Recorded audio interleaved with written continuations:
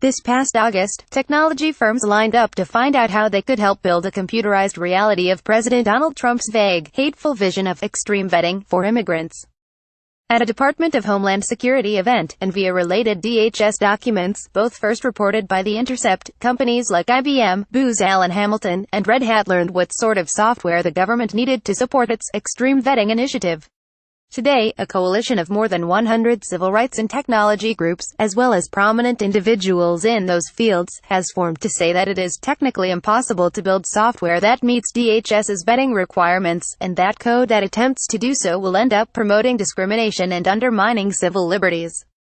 The new opposition effort, organized by legal scholars Alvaro Bedoya, executive director of Georgetown Law's Center on Privacy Technology, and Rachel Levinson-Waldman, senior counsel at NYU's Brennan Center for Justice, includes two letters, one on the technical futility of trying to implement extreme vetting software and another on the likely disturbing social fallout of any such attempt. The interior of the new Red Hat Computing and Executive Center in Fort Point in Boston on June 27, 2017. Photo John Telemachi. The Boston Globe. Getty Images. The first letter, signed by 54 computer scientists, engineers, mathematicians, and other experts in machine learning, data mining, and other forms of automated decision-making, says the signatories have grave concerns about the extreme vetting initiative. As described in documents posted by DHS's Immigration and Customs Enforcement Branch, the initiative requires software that can automate and accelerate the tracking and assessment of foreigners in the U.S., in part through a feature that can determine and evaluate an applicant's probability of becoming a positively contributing member of society, as well as their ability to contribute to national interests. In 2017, this is a tall order for any piece of software. In the letter, experts affiliated with institutions like Google, MIT, and Berkeley say the plan just won't work. Simply put, no computational methods can provide reliable or objective assessments of the traits that ICE seeks to measure, the letter states. In all likelihood, the proposed system would be inaccurate and biased. Any attempt to use algorithms to assess who is and isn't a positively contributing member of society, the letter argues, would be a muddled failure at best. Algorithms designed to predict these undefined qualities could be used to arbitrarily flag groups of immigrants under a veneer of objectivity. Inevitably, because these characteristics are difficult if not impossible to define and measure, any algorithm will depend on proxies that are more easily observed and may bear little or no relationship to the characteristics of interest.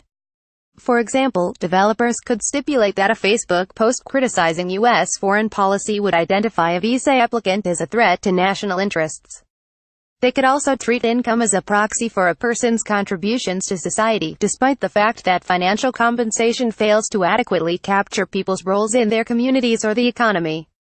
But more worryingly, it could be a machine for racial and religious bias.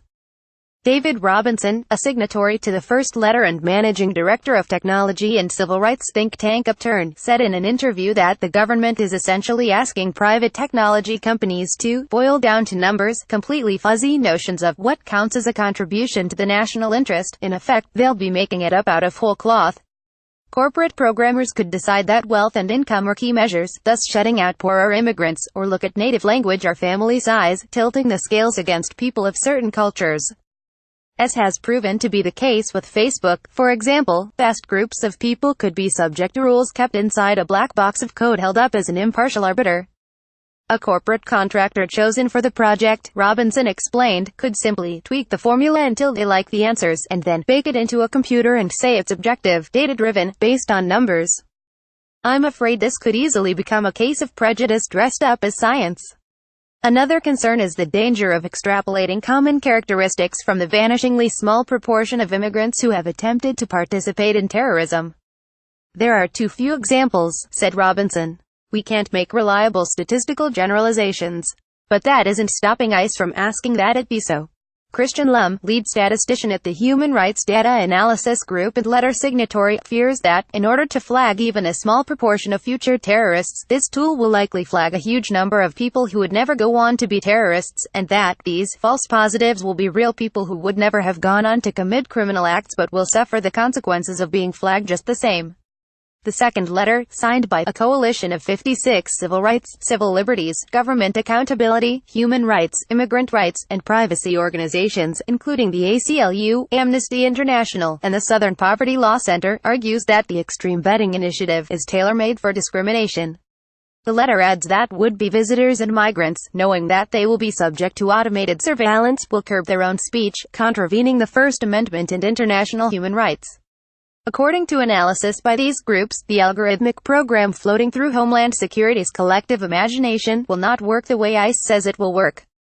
Rather, it risks hiding politicized, discriminatory decisions behind a veneer of objectivity, at great cost to freedom of speech, civil liberties, civil rights, and human rights.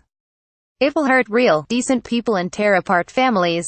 It's unlikely two letters warning of prejudicial outcomes will dissuade the Trump administration from building this tool or failing in the process at taxpayer expense. But Bedoya hopes the plan can be thwarted from the private sector side. This administration should be ashamed of this initiative.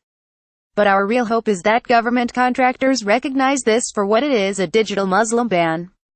Principled companies should publicly reject this discriminatory initiative. Top photo: people line up on the pedestrian crossing lines on the Mexican side of the San Isidro port of entry on November 1, 2017, in Tijuana, northwestern Mexico.